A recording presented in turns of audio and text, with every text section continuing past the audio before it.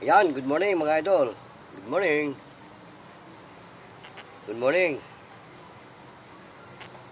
Ito na naman po tayo para muling magkasama sa maikling programa. Pero syempre, bago ang lahat, shoutout muna sa ating mga subscriber dyan, gayon din sa ating mga viewer at sa ating mga follower. Saan man kayong panig ng ating bansa naroon mga idol, naway nasa mabuti kayong kalagayan at binabati ko kayo ng isa magandang umaga. Bueno mga idol, sana samahan nyo ako sa maikling sandali nitong ating programa at para naman may makasama ako. Ang paksa ng ating tatalakayin sa mga oras na ito mga idol, may kaugnayan ito doon sa ating kakilala na di umano sila ay pinaalis na o pinalalayas na doon sa kanilang mga tinitirahan. At ayon doon sa kwento ay gusto nang gamitin ng may-ari ng lote yung lupa na kanilang tinitirikan. Pero bilang mga nakatirik sa lupa, humahanap ng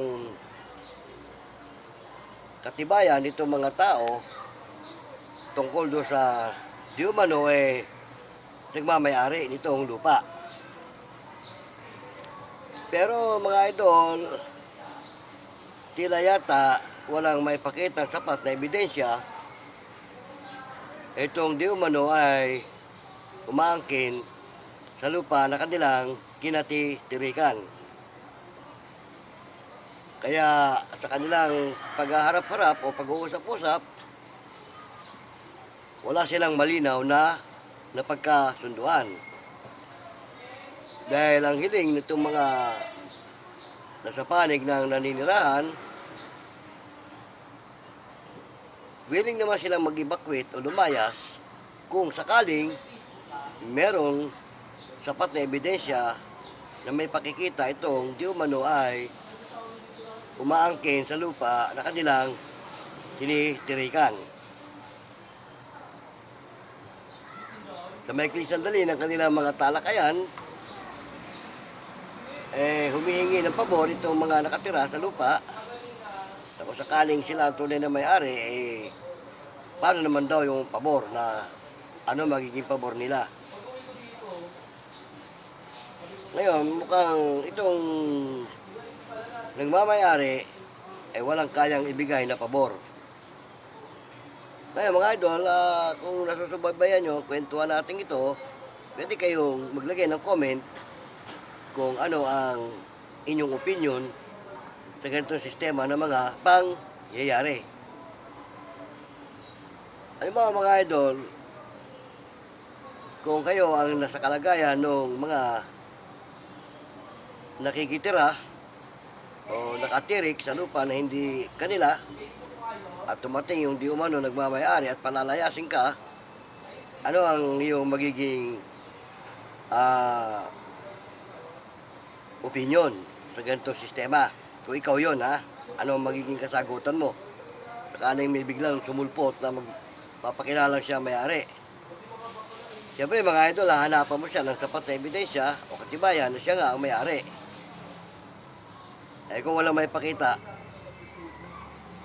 siyempre bugos yun pagka ganon. Kaya dito sa ikinukwento ko, parang ganon ang mga pangyayari. Wala silang malinaw na napagkasunduan at muli silang mag-aharap-harap dahil ang huli nilang naging transaksyon, kung may mapapakita sila na sapat na ebidensya, yung pabor naman na kailangan nila ang ibigay sa kanila. Pero iwan natin pansamantala yung ganyang uri ng kwentuhan at bahala na kayong mag-comment kung ano ang inyong opinion sa ganyang klase ng sistema. Puntahan naman natin itong isang paksa na tungkol naman to doon sa sistema ng mga paranormal na pangyayari. Muli ako magtatanong sa inyo mga idol, kayo ba ay nakaranas ng makakita ng inyong kapwa? O halimbawa, ikaw mismo, nakita mo yung sarili? Kukwento ko sa inyo yung ganitong pangyayari dahil yung kaibigan natin, nung siya nga ay nagpunta sa isang lugar, hindi na niya binanggit kung anong lugar yon at kung anong gusali yung kanyang pinuntahan. Nung siya ay pumasok ng CR para siguro umihi o ano paman, nung nandun na siya sa may pinaka-lababo ng CR at naghuhugas siya ng kamay, may biglang lumabas na tao doon sa cubicle ng CR sa may bandang dulo. Nagulat siya sa mga pangyayari dahil nakita niya, paglabas ng tao, siya mismo yung itsura nung nanggaling sa cubicle. Sa madalit sabi, nagkaharap sila, nagbistulan tuloy para silang kambal na dalawa. At yung tao na yon, tumabi pa sa kanya sa may lababo at naghugas din ng kamay at naghilamos. Pagkatapos maghilamos ng tao, kumuha ng tissue doon sa sabitan, sa lagayan, at ipinuna sa kanyang muka, tapos iniwan sa kanyang harapan yung tissue. Pero bago umalis, ngumiti pa sa kanya yung tao. Ngayon mga idol, kung sa'yo mangyayari yung ganung pangyayari, ano ang iyong gagawin? Kaya nga nung tanungin ko siya, sabi ko, anong ginawa mo nung magkita kayo? Sabi niya, wala siya nagawa dahil parang nabigla siya at natulala. Yan lang daw siya nakaranas ng ganun. Kaya nasabi niya sa kanyang sarili, bakit meron siyang kamuka, hindi na yung kanyang kamuka, pati yung mismong kasuotan niya, kung ano yung suot niya nung araw na yon, yun din ang suot ng tao na nakaharap niya.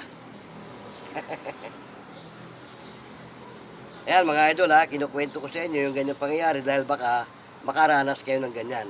Ang tawag dyan, double gunner. Oo. Yan talaga, nanggagaya ng itsura yan. O, at ang ginagaya niyan, ikaw mismo. Kung ano suot mo, ano itsura mo yun. Walang iba, walang pinagkaiba. Yan ang double gunner. Pero mga idol, mapanganib yan. Kapag lagi nagpapakita sa iyo yan, may peligro ka dyan. At higit sa lahat, kapag yan, nasundan ka sa bahay mo, at doon magpapakita ng ganyang itsura yan, delikado ang mga kasama mo sa bahay.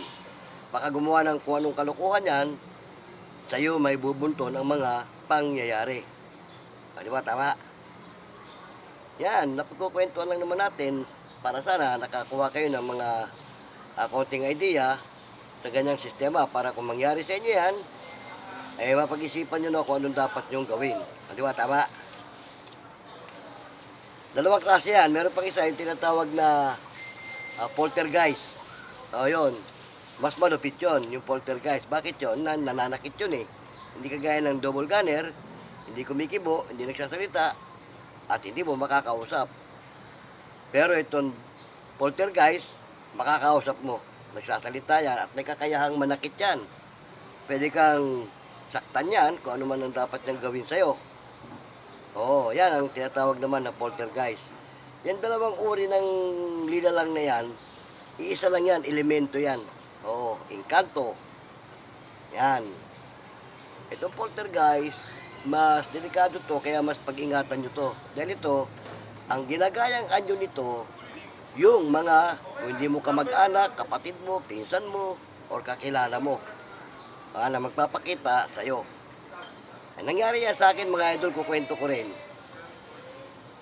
Nung nagpunta ng umatin ng party, yung anak ko at saka yung manugang ko, nagpaalam yun na huwag isasara yung pinto, huwag ilalak. Dahil uuwi sila, hindi nila malaman kung anong oras. So, sa madalit sabi, sa pagitan ng alas 2, alas 3 ng madaling araw, nagising yung asawa ko dahil tumawag daw sa kanya yung aming anak na lalaki. Lalaki yung anak namin eh. So mabuti na lang hindi yung asawa ko ang bumaba para buksan yung pinto. Ginising ako mga idol at ako ang bumaba. Pagbaba ko sa hagdanan, sumungaw ako doon sa salas. Katapat ng salas may bintana. Ay naka-open naman yung bintana. Kita-kita ko talaga, anak ko talaga siya, yung anak ko. Sabi pa nga, pa, buksan mo yung pinto. Oh, sino magkakalaing hindi ko siya anak, di ba? At yung itsura, pati kasuotan. Ngayon, sabi ko, bukas yan, itulak mo na lang. Hindi yan nakalak. Pag sabi ko ng gano'n, nawala siya sa bintana. Ang ginawa ko, sa may baba, ako na nagbukas. Dahil akala ko, tumapak na siya sa may pinto. Pagbukas ko ng pinto, mga idol, walang tao, wala siya. Di ang inisip ko, baka pumunta siya sa labas, naiwan yung asawa niya para sunduin niya ron sa labas. Dahil yung looban namin, mga idol, medyo madilim. Kaya inisip ko, baka nauna lang siyang pumasok at kakalduin niya yung asawa niya ron sa labas. Sinundan ko mga idol hanggang labas. Pagdating ko sa labas, walang tao. Oo. Madaling araw eh. Pagitan ng alas 2, alas 3 eh. Walang tao. O ang tanong mga idol, sino yon? Di ba? Yan mga idol, ang pinapaalala ko sa inyo sa kwento kong ito, baka mangyari din sa inyo yan.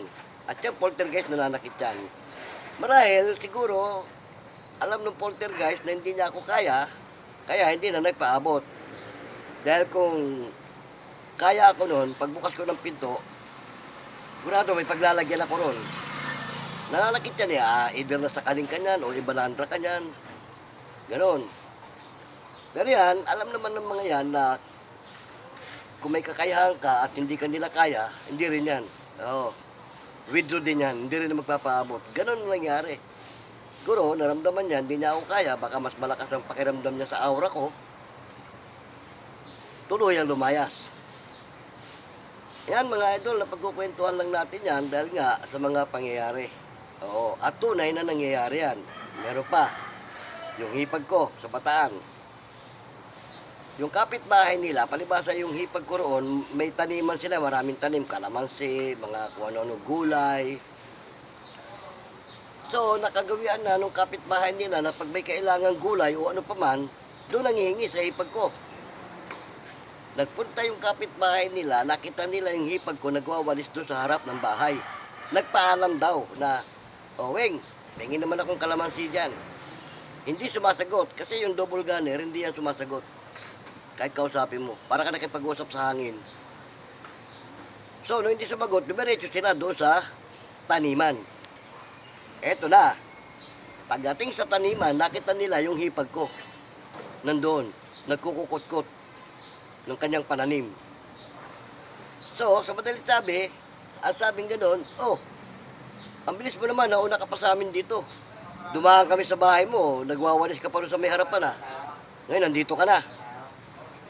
Sabi ng hipag ko, kanina pa akong madaling araw dito.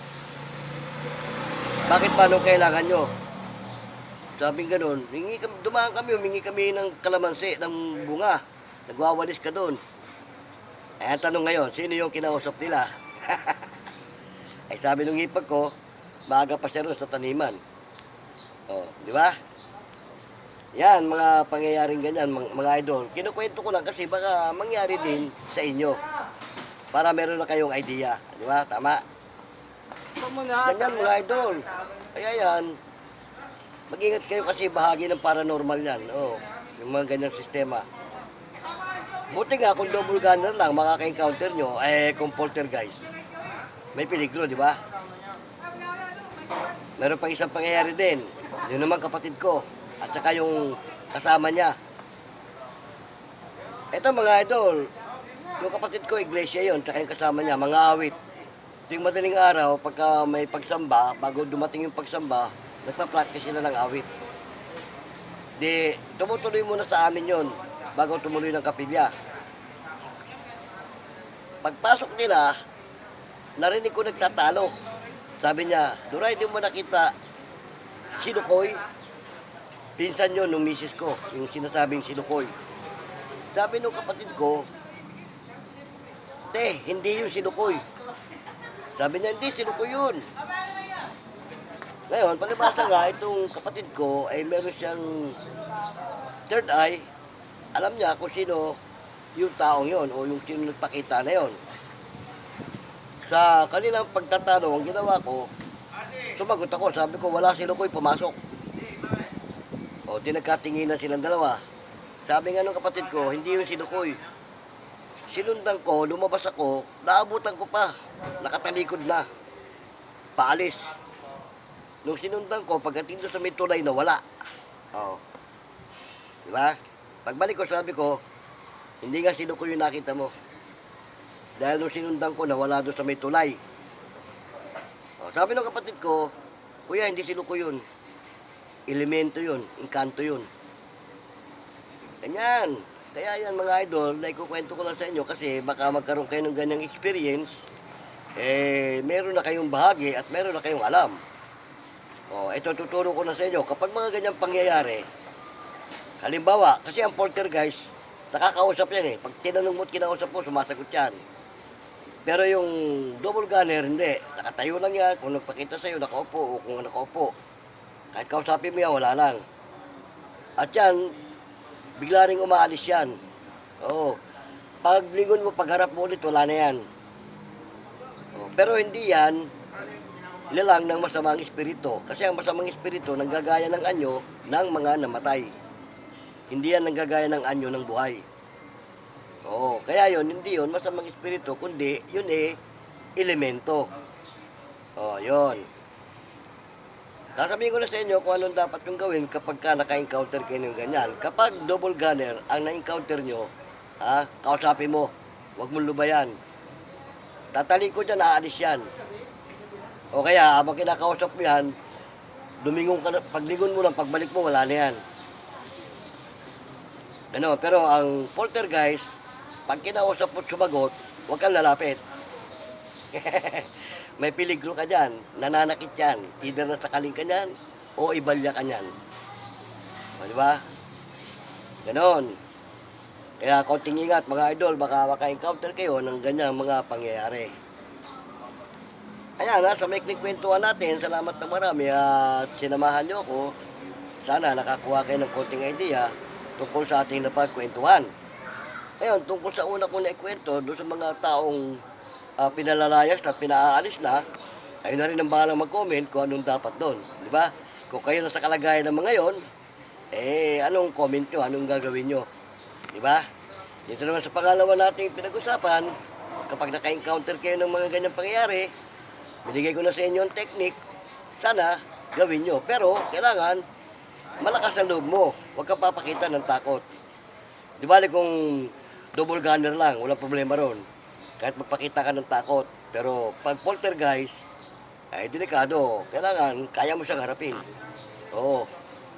Pag nagpakita sa iyo yan, at kinausap mo, sumagot, magsalita, huwag kang lalapit. Oo. Kasi pag lumapit ka, sigurado, may paglalagyan ka dyan. Ganyan mga idol ha. O, salamat ng marami at sa maikli sandali ng ating kwentuhan, sinamahan nyo ako. O, bueno, ha? So, pong muli, inyong lingkod, si Boyet. Kung may comment kayo, bahala na kayo sa comment section. At kung may mga katanungan kayo. O, shoutout pong muli sa inyo ha, mga idol. Hindi ko man mabanggit ang inyong mga pangalan, ay binabati ko kayo muli ng isang magandang araw. Okay ha? Hanggang muli. Alam!